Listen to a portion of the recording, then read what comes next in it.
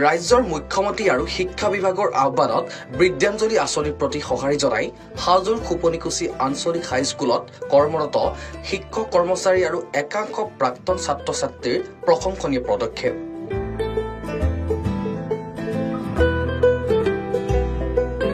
শিক্ষানুষ্ঠানখনত দীৰ্ঘদিন ধৰি অভাৱ পৰিলক্ষিত হৈ থকা ছাত্ৰ ছাত্ৰীৰ সুবিধাৰ্থে নিজৰ দৰমহাৰ ধনেৰে নিৰ্মাণ কৰিবলৈ ল'লে এটি চাইকেল আস্থান।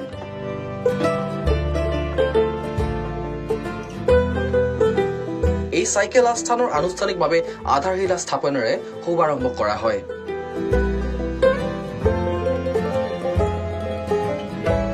এই আধাৰশিলা কাৰ্যসূচীত বিদ্যালয় পৰিচালনা সমিতিৰ সভাপতি আব্দুৰ ৰহিম, উপসভাপতি অধিবক্তা শফিকুল ইছলাম, বিদ্যালয়ৰ শিক্ষক শিক্ষয়িত্ৰী, একাংশ প্ৰাক্তন ছাত্ৰ ছাত্ৰী, বিদ্যালয় পৰিচালনা সমিতিৰ সদস্য আৰু একাংশ স্থানীয় ৰাইজ উপস্থিত থাকে।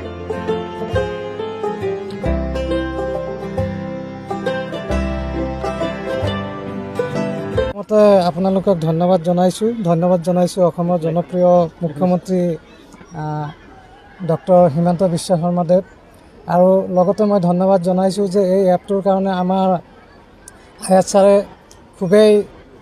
আমাক বাৰুকৈ আহ্বান জনাইছিলে, আৰু তেখেতৰ মৰ্মে আমি যোৱা বছৰৰ পৰা এই এপটোৰ জৰিয়তে বিভিন্ন বিদ্যালয়ৰ এনেকুৱা ধৰণৰ ৰাইজৰ সহযোগিতাৰে কিছুমান কাম কৰা হৈছিলে, আৰু কিছুমান কাম এনেকুৱা আছে যে যিবিলাক কাম আমি হয়তো চৰকাৰৰ ফালৰ পৰা দিয়াত খুবেই অসুবিধা হয়, কিন্তু আমাৰ ৰাইজৰ ফালৰ পৰা এনেকুৱা কিছুমান কাম কৰিবলৈ পাৰি যে যিবিলাক আমাৰ বিদ্যালয়ত অভাৱ হৈ আছে,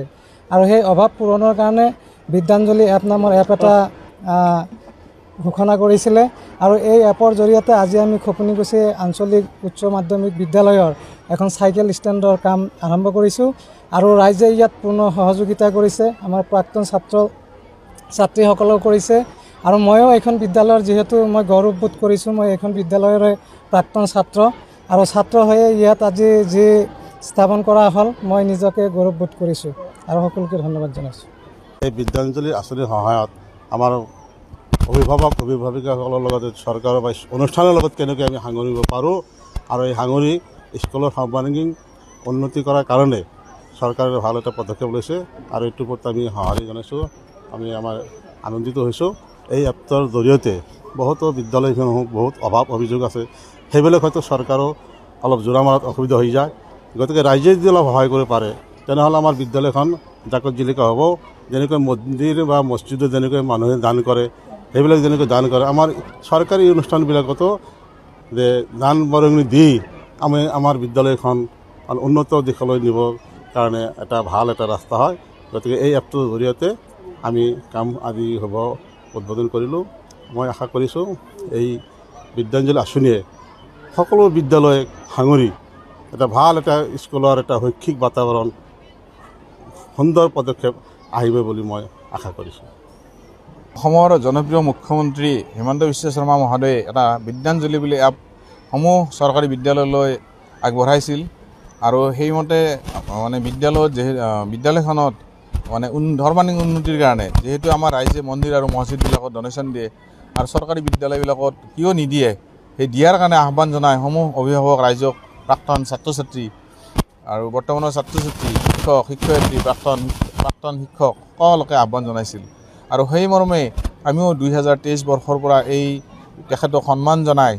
মুখ্যমন্ত্ৰী মহোদয়ক সন্মান জনাই আমি SMDCৰ লগত আলোচনা কৰি আমি বিদ্যাঞ্জলিৰ কাৰ্যসূচী আমি আৰম্ভ কৰিছোঁ, আৰু সেই কাৰ্যসূচীৰ প্ৰথম কাৰ্যসূচী হিচাপে আমি ৰাইজৰ দান বৰঙণি আৰু শিক্ষক শিক্ষয়িত্ৰীৰ দান বৰঙণিৰে আমি এটা দীঘলীয়া চাইকেল ষ্টেণ্ড আমি বনাবলৈ সিদ্ধান্ত কৰিছোঁ, আৰু তাৰে আজি শুভাৰম্ভ কৰিছোঁ। আমি আশা ৰাখিছোঁ আমি এই বিদ্যাঞ্জলিৰ জৰিয়তে আমি বিদ্যালয়ৰ আৰু অভাৱ অভিযোগ আমি পূৰণ কৰিব পাৰিম। খুপনিকুছি আঞ্চলিক হাইস্কুলত বিদ্যাঞ্জলি আঁচনিৰ এক শুভাৰম্ভ আমি আৰম্ভ কৰিলোঁ। অসম মাননীয় মুখ্যমন্ত্ৰী মহোদয়ে বিদ্যাঞ্জলি আঁচনি কিছুদিন আগতে এটা ঘোষণা কৰিছিলে যে এই আঁচনিৰ জৰিয়তে বিদ্যালয়সমূহত থকা অভাৱ অভিযোগখিনি আমাৰ ওচৰে পাজৰে থকা বা ছাৰাউণ্ডিং এৰিয়াৰ যিখিনি আমাৰ সৰ্বসাধাৰণ ৰাইজ থাকে, ধৰক